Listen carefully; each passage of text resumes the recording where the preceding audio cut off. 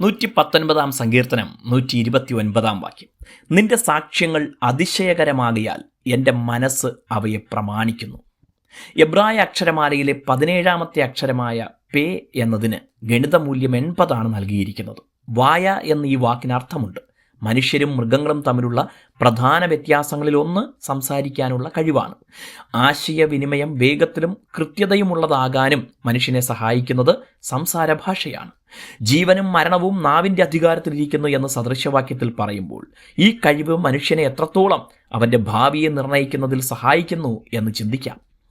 ദൈവത്തിൻ്റെ വചനം അതിശയകരം എന്ന് പറയുന്ന ഈ വാക്യത്തിന് അവ അത്ഭുതകരം എന്ന് അർത്ഥം കൂടെയുണ്ട്. അമാനുഷികവും പ്രകൃത്യാതീതവുമാണ് ദൈവവചനം എന്നത് വ്യക്തമാക്കുന്നു.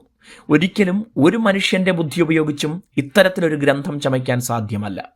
ബൈബിളിൽ അനേകം തെറ്റുകൾ ഉണ്ടെന്ന് വാദിക്കുന്നവരുണ്ട്. എന്നാൽ മനുഷ്യൻ്റെ അറിവിൻ്റെ പരിമിതിയിൽ നിന്ന് ചിന്തിക്കുന്നതിനാലാണ് അങ്ങനെ തോന്നുന്നത്. ബൈബിൾ പ്രസ്താവിച്ചിട്ടുള്ള പല കാര്യങ്ങളും മനുഷ്യൻ മനസ്സിലാക്കിയത് അനേക നൂറ്റാണ്ടുകൾക്ക് ശേഷം ശാസ്ത്രീയ ഗവേഷണങ്ങളിലൂടെ അറിവ് വർദ്ധിച്ചപ്പോഴാണ്. പരിഭാഷാ പ്രശ്നങ്ങൾ മാറ്റി നിർത്തിയാൽ ദൈവവചനം അതിൻ്റെ സ്വഭാവത്തിൽ തെറ്റുകളില്ലാത്തതാകയാൽ അത്ഭുതമാണ്. അത് മനുഷ്യ ജീവിതങ്ങളെ രൂപാന്തരപ്പെടുത്തുന്നതിനാലും മനസ്സുകളിൽ സമാധാനം സൃഷ്ടിക്കുന്നതിനാലും അതിൻ്റെ ഫലത്തിലും അത്ഭുതമാണ്.